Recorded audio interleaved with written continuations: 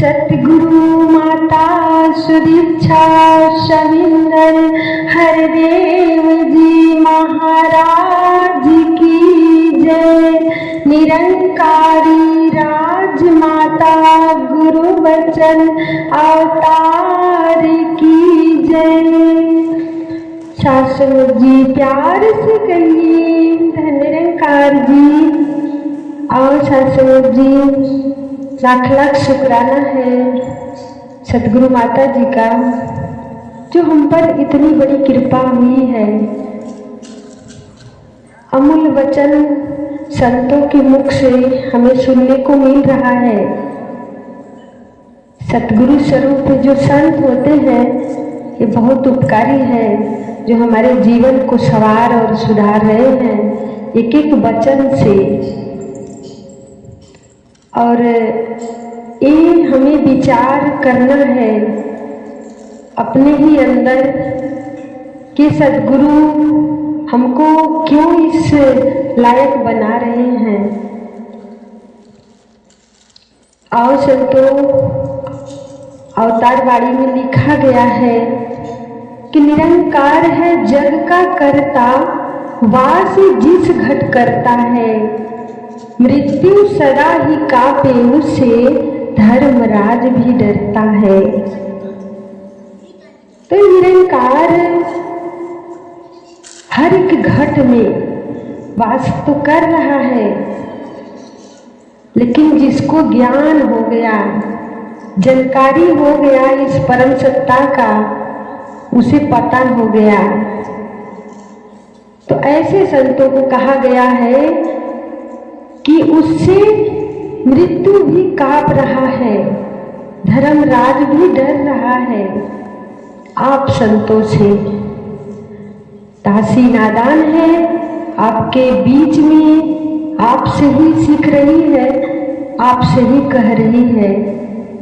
नहीं तो कहा गया है कि समुद्र के सम्मुख बूंद में इतनी ताकत नहीं है कि बोल पाएगी। संतों, सदगुरु की दया, सदगुरु माता जी की दया है। नहीं तो सदगुरु तो एक एक रूप से, अभी बच्चे के रूप से, बड़ों के रूप से, बुजुर्ग के रूप से एक एक वचन, कीमती वचन जो आ रहा था, दासी सुनकर मगन हुई और सदगुरु का दर्शन हो रहा था। और यहाँ पर बोल लेना बड़ी बात नहीं है संतों। कहा गया है, संत महात्मा कहते हैं कि बोल कर्म में ढल जाए तो जीवन का श्रृंगार बने। फिर आगे से महात्मा कहते हैं कि जो ये मेरा कर्म है, जब हम बोल कर कुछ बातें कहते हैं किसी के समक्ष तो असर करता है कि जो नर कर्म को करके पहले फिर करता इसका प्रचार। कि जो नर ज्ञान लेकर, जो ज्ञान को यूज करके आनंद लेकर बता रहे हैं, वो हमारे जीवन में असर करता है। ये नहीं है कि हम मुंह से तो यहाँ पर खाली कहना है पर करना नहीं है। जो नर कर्म को करके पहले, बाबा जी लिखे हैं अवतार वाणी में कि जो नर कर्म को करके पहले फिर करता उसका प्रचार, फिर किसी से बात करता है तो असर करता है।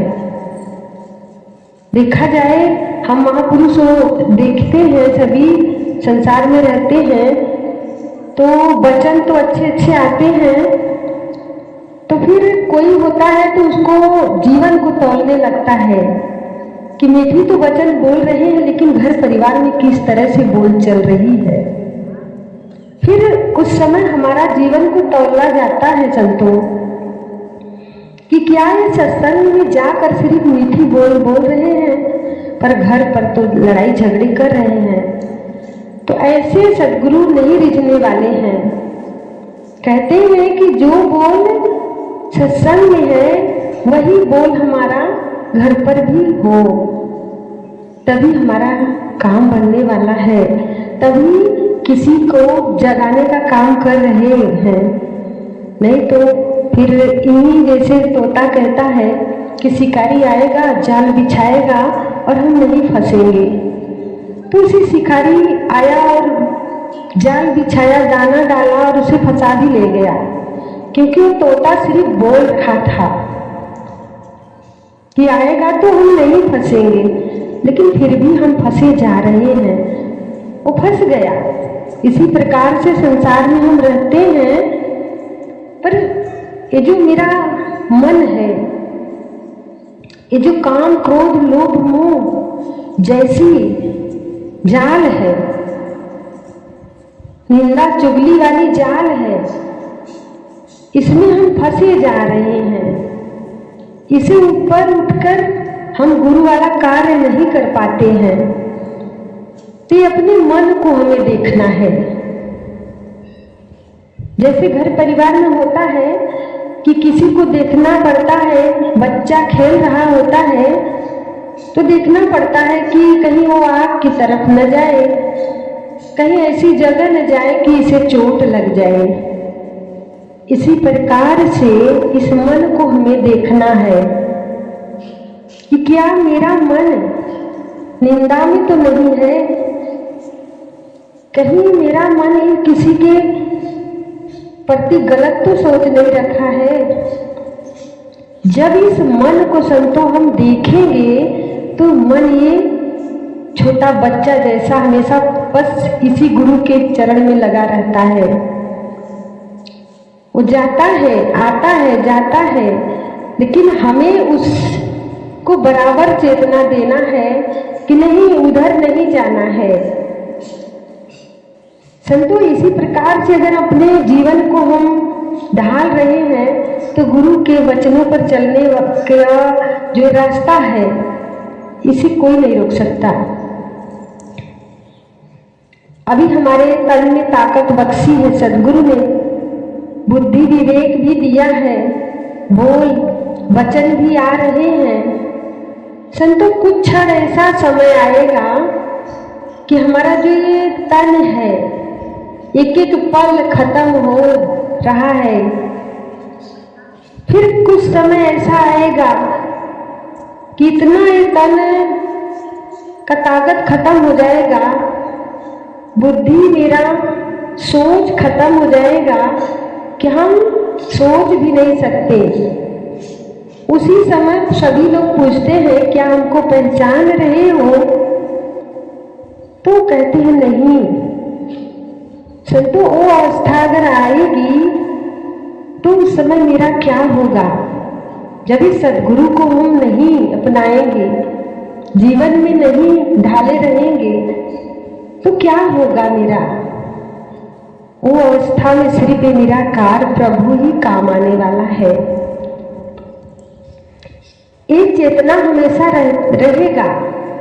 जब हम जीते जी तान के ताकत को, बुद्धि को रहते ही इस निरंकार को अपने अंदर धारण करके जीवन जी रहे हैं, तो फिर मुबारक है। फिर उसे कोई चीज की कमी नहीं है, कोई गम नहीं है। हम सिर्फ अपने इस सत्संग में आना जाना ही भक्ति नहीं है संतों। भक्ति तो वही है जो निरंकार को हमें यूज करना है।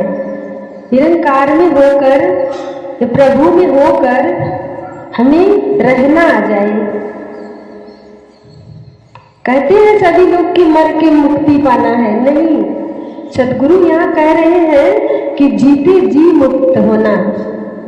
तो अपने अंदर ही विचार करना है संतों कि क्या हमारी अवस्था ऐसी बनी है? नहीं बनी है तो हम बनाना पड़ेगा। क्योंकि लास्ट में न सोचे कि हम सत्संग कर रहे थे, लेकिन हमारा जो ये मन के कारण से हमारा आत्मा अभी बंधी हुई है। संत महापुरुष बताते भी हैं कि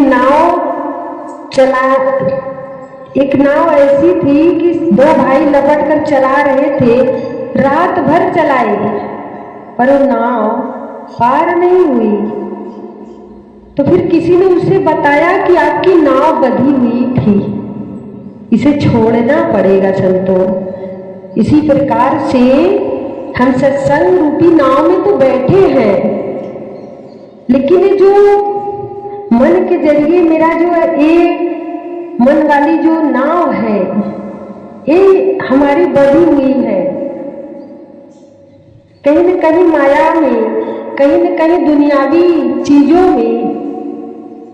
आप सभी जानते हैं कि साथ जाने वाला नहीं है। जो दिखाई दे रहा है दुनिया का प्रभु का बनाया हुआ रचना है, ये सारा मिट जाने वाला है। और जो नहीं मिटने वाला है, जो स्थिर है, जो शांत है, निरंकार प्रभु, हमको उसके साथ रहना है। तब हमारी ये नाव की डोर खुल गई है और आत्मा और परमात्मा एक मिलन हो गया है। फिर क्या बात है, उस आत्मा और परमात्मा में कोई अंतर नहीं है। कहते हैं कि तेरा रूप है संसार, तो इसी प्रकार से निरंकार में और आप में कोई अंतर नहीं है।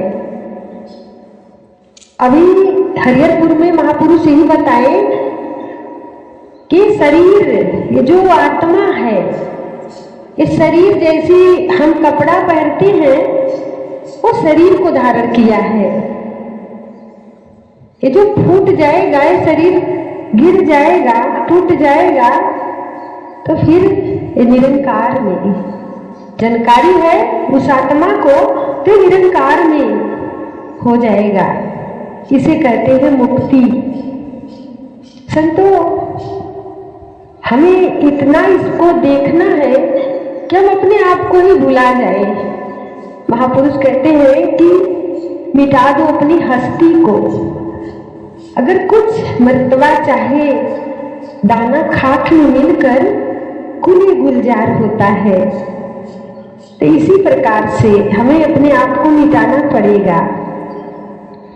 पावन अवतार वाणी में लिखा गया है, जो जो नीचा चलता पानी सागर भी समाता है, कहे अवतार नम्रता वाला जन ही प्रभु को पाता है। पाने की बात यहाँ है संतों। कोई सामान हम देख लेते हैं तो क्या पा गए? नहीं संतों, देख लिए हैं। इसी प्रकार से निरंकार को तो देख रहे हैं, तो इसे पाना कैसे है? जैसे अभी दासी कह रही थी कि ये आत्मा को इस निरंकार में मिला लेना। जब इस निरंकार प्रभु, ये परमात्मा जो है, हम इन्हीं का तो अंश है, जब इसमें ही मिलेगा तब उसे सुकून मिलेगा। ये मेरा प्रीतम है, ये युगी युगों से बिछड़ा था, इसी के संग में लगना है। लाख लाख शुक्र है। अभी महापुरुष जिक्र कह रहे थे कि महात्मा मुखी साहब बीमार है। संतों, ये शरीर है, बीमारियां तो आती जाती रहती है, और हमें ये नहीं सोचना है कि बीमार हो गए तो किस गलती का सजा मिल रहा है। कोई सजा नहीं, ये प्रभु सजा नहीं देता है। ये तो निरंकार की खेल हो सकती है, पर सजा नहीं है। ये निरंकार अपना खेल खेलता है तो कुछ न कुछ भला बने खेलता है, हमें पता ही नहीं होता है। इसीलिए कभी कभी महापुरुष के मुख से मिल जाता है कि ऐसे नहीं किए थे उस समय, इसलिए इसे सजा मिल रही है।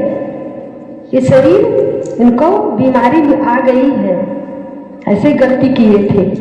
नहीं संतों, संत महापुरुष कभी ऐसे सोचते ही नहीं है। बीमारी जो सही करता है, जो गलत करता है, वो तो जब हम नहीं जानते हैं तभी होता था, लेकिन जान कर अगर हम गलती कर रहे हैं तो निरंकार की अपनी खेल है। जब हम जानकर बीमार हो रहे हैं तो निरंकार की अपनी खेल है। क्योंकि अभी सभी देखते हैं कि अभी कितना रूप बदल बदल कर गुरु प्रकट हुए, पर किसी का शरीर बचा नहीं। सतगुरु देह का नाम नहीं है, सतगुरु ज्ञान है। तो किसी का शरीर रहने वाला यहाँ पर नहीं है हमेशा के लिए, हमारा भी नहीं रहेगा। तो ये बीमार हो गया तो किस चीज का हमें गम है संतो। ये तन मेरा राख की ढेरी, जाती है तो जाने दो। धन धान और दौलत मेरी, जाती है तो जाने दो। जाने दो, बाबा जी लिख रहे हैं, बोल रहे हैं अवतार बाड़ी में कि जाने दो, क्योंकि ये साथ नहीं रहने वाला है। साथ तो ये प्रभु है। अभी माता जी गा रही थी कि अंसंग बरसे मोरा साईं, नजर सखी कैसे चुराई। तो इस पर विचार करना है कि कहाँ नहीं है, हम इनसे अपना नजर कैसे छिपाएं, हम इनसे क्या छिपा सकते हैं संतों। कहते हैं कि अपने आप छिपा नहीं सकते इस बेअंत स्वामी से। ये तो इसका कोई अंत ही नहीं है भगवान। ये मालिक है, ये हमारे सांसें बख्शी है, चल रही है, इनका शुक्राना है, दया है कि हमें अपनाए हैं इस चरण में। नहीं तो हमारा क्या हालत था, अगर देखा जाए संतों तो बहुत बुरा हाल था।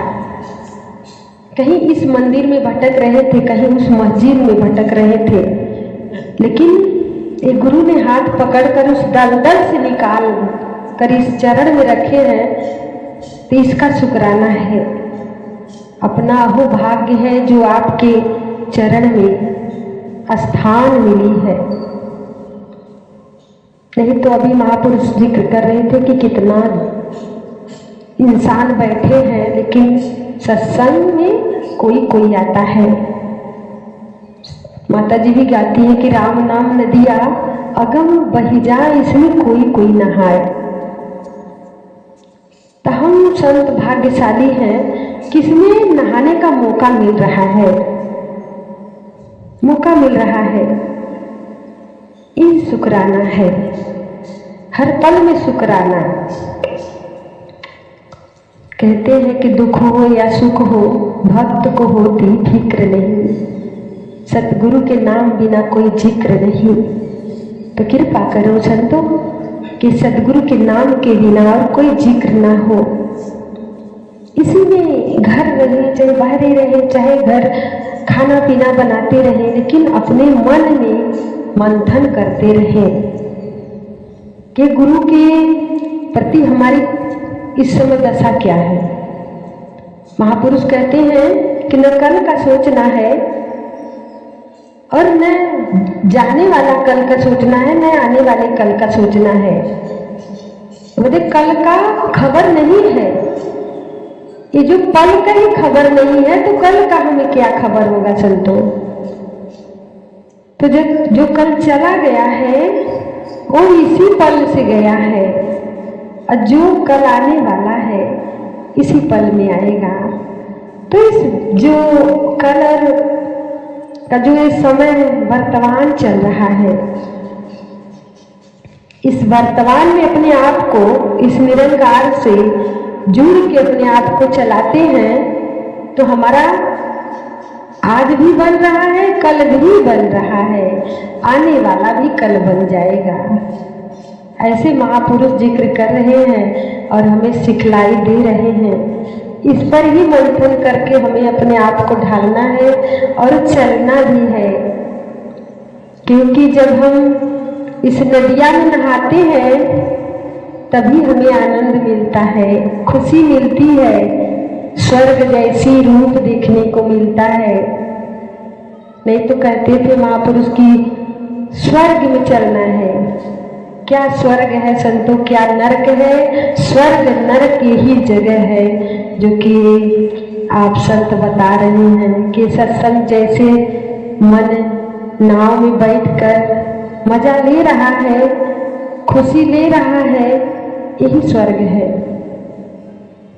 निरंकार में हो जाना ही स्वर्ग है संतों। मैं बहुत भटकन थी मन में, ये नहीं करना है, वो नहीं करना है, ये दिन ठीक नहीं है, बहुत सी भटकन थी। लेकिन प्रभु जब बनाए दिन को तो कभी नहीं कोई ऐसा काम किया कि चलिए आज मंगलवार है, इनके लिए खर दिन है तो इनका सांसें भी ना दे। प्रभु का बनाया हुआ हर एक चीज संतों सब मुबारक है, क्योंकि प्रभु जब उस अपने, जिसे हम मान लेते हैं कि मंगलवार है, चलिए खर दिन है, ये काम नहीं करना है, तो संतों हमारे मन के अंदर भ्रम है।